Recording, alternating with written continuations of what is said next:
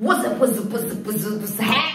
What's up, guys? Welcome back to the home of entertainment commentary. Is my name. This is, of course, the report card. Smash that subscribe button and hit notifications so that you do not miss when we post and upload. Let's get into the henny of the day. Here we go. The report card, brewing entertainment henny. Believe in music.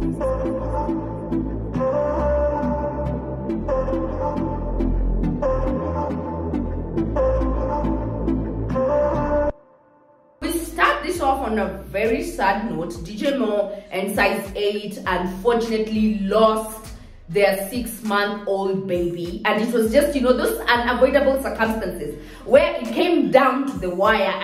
Just to give you context, last month Size 8 and DJ Mo came out. It was either last month or last month but one.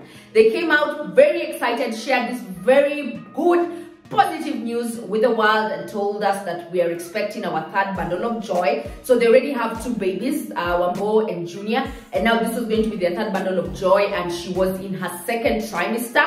So I sort of believe, this time around they didn't want to just share the news immediately. They were waiting up until maybe she had got to a certain point and they were very, very comfortable that maybe she was out of the woods or she was in the clear. Because it should also be remembered that Size 8's pregnancies, both the first and the second, zote zimekuwa na changamoto flani, and it's always been about her blood pressure shooting up and all that. But then thank God she already birthed her 2 babies. So this particular one, it came down to the wire and they had to make that very difficult. Like, guys, I don't think it's I just don't care what anyone wants to say. I'm so sure that was a very painful decision for them to make as a couple, for them to make as parents. Reason I'm giving God the glory, the honor, the praise, and the adoration that I have a 2nd chance in life.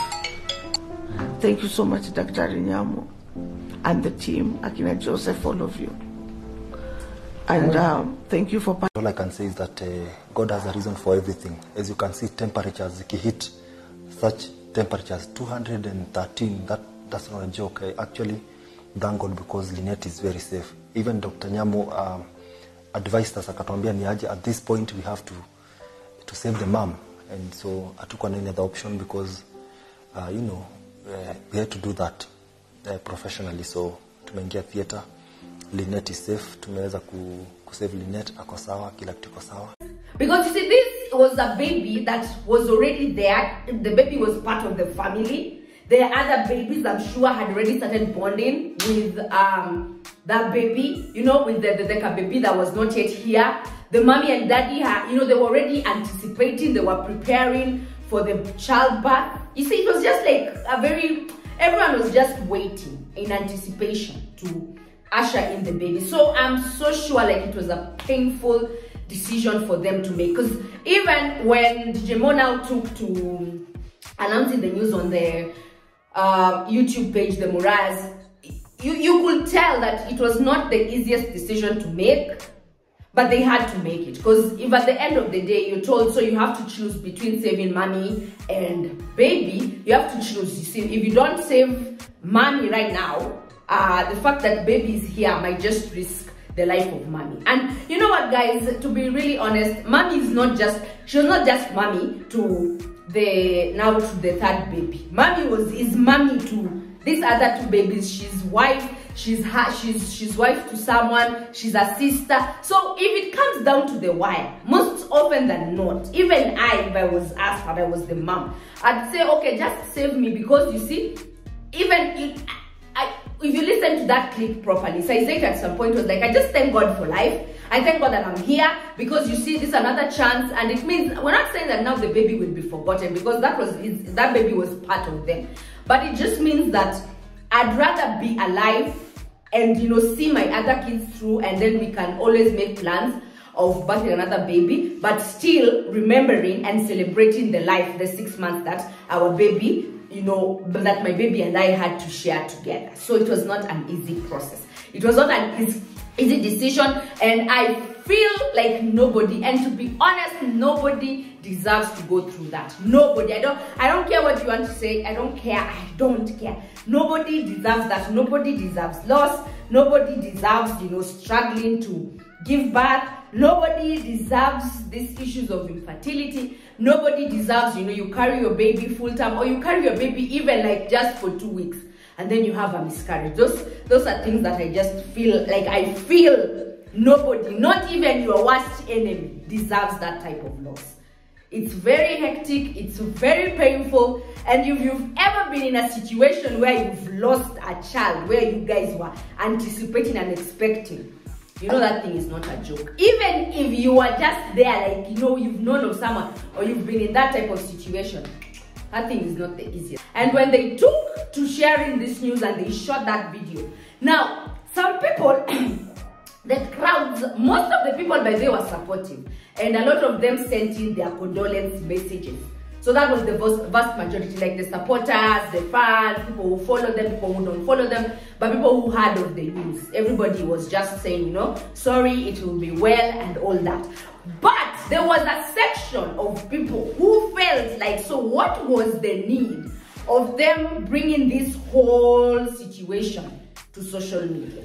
What was the point of them shooting a video? And this feels like a very private moment. It feels like a moment where them as a family would have just said, can we maybe just do this behind closed doors and not bring the camera in here, not share this part of our lives, and not maybe, you know, put ourselves out there the way we did. The truth of the matter is, guys, one, DJ Mo and Saizei, these are public figures. Okay, their fans and their audience know of them, and the fact that they took to sharing the news of their expectancy with you guys meant that you, one way or the other, we were all sort of involved in the process. Because when someone shares and tells us that this is me, now I've got a new job, or this is me, now I'm expecting a new baby, somewhere, somehow, we sort of go through, you know that thing when they say in-laws, like online in-laws, you go through the processes with them. And for them to have to share this, it was not that you must.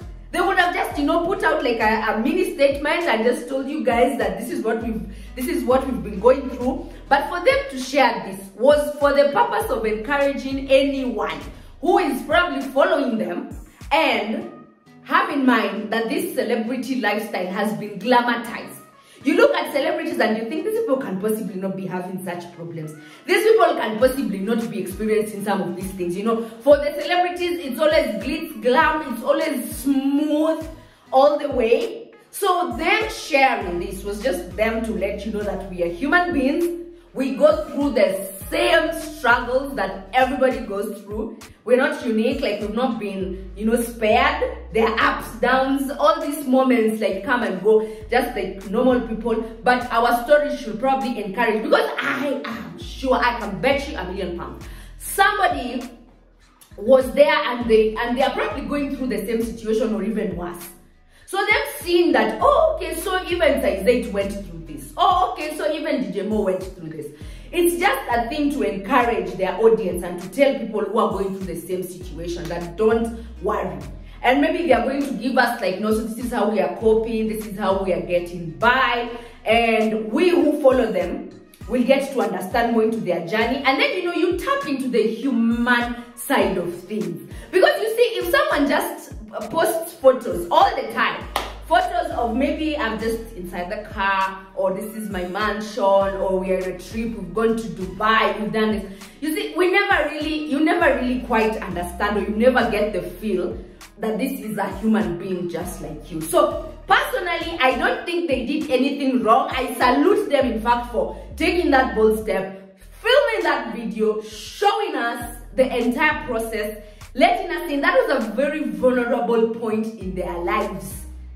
And I'm just telling you, they would have made that decision and said, can we just write a note and maybe just tell the world that unfortunately we lost our 6-month-old baby in very through unavoidable circumstances, and this time we want space. But they decided to do it the other route so that you could also understand that these are human beings and these things happen to literally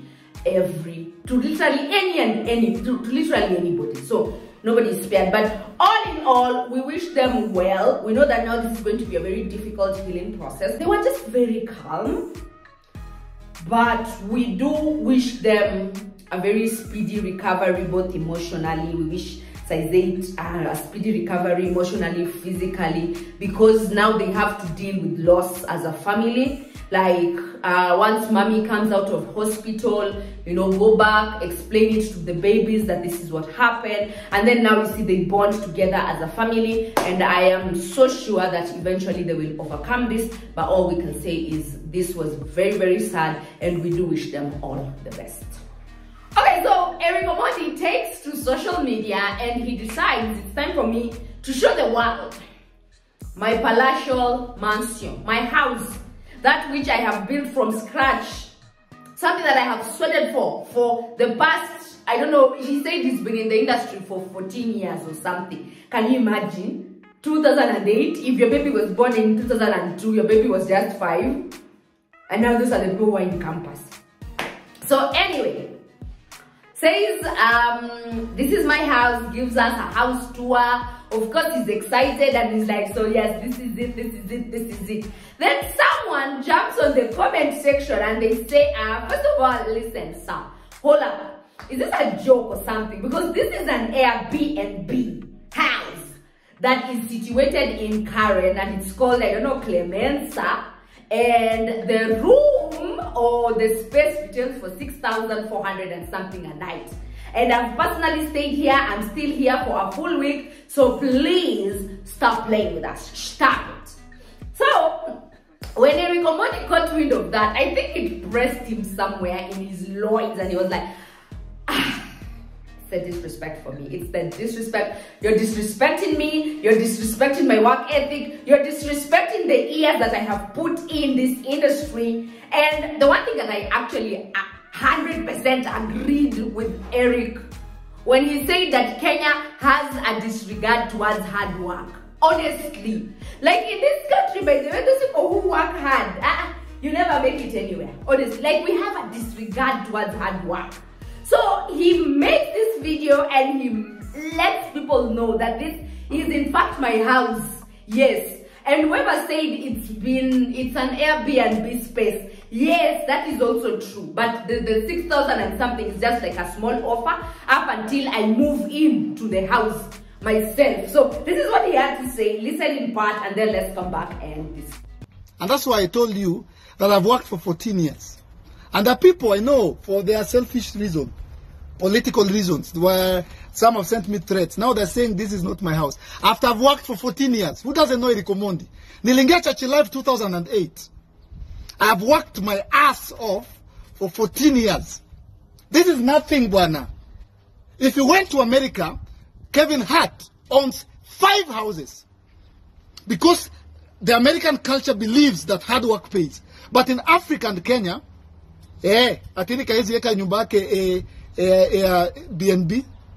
I'm really what is that? It says this is Eric Omondi ID number. That's my ID. PO Box Nairobi is now registered as is now registered as the absolute proprietor of the land comprised in the above mentioned title, subject to the entries in registrar. Iko wapi? Nairobi, Karen. Enda muangalio number. Yeah. Here it is. When is the date? Take it. 7th day of September 2021. Chukua hapa bwana. 2021. We must start, and I don't even know. I've talked to my lawyer. I don't know if this is the right thing, but I think it is right that people know that comedy can pay, and music will pay, and football will pay, and we need to start cultivating a culture of showing people that when you put in the work, you get the results. Ukilima utavuna. And watoto wetu wajue it's possible. Hii kitu kusema ati wasanii ni mapupa. Wasanii I don't know why we find it hard for us to actually believe that someone who has been in the industry 14 years, that's a stretch. And for someone who has had the type of mileage that Eric Omondi has had, I don't know why we find it hard to believe that someone like him can actually buy a house. He can actually be a homeowner. I just don't understand. Like, we constantly have to poke holes, and we constantly have to act like everybody who is in this entertainment industry is broke.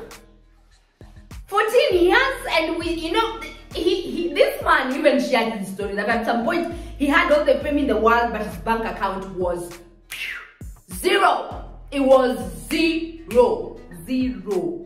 He had nothing.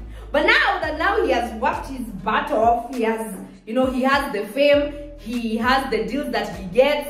He has some money. We also want to poke holes and say that he can possibly not be a homeowner. Why?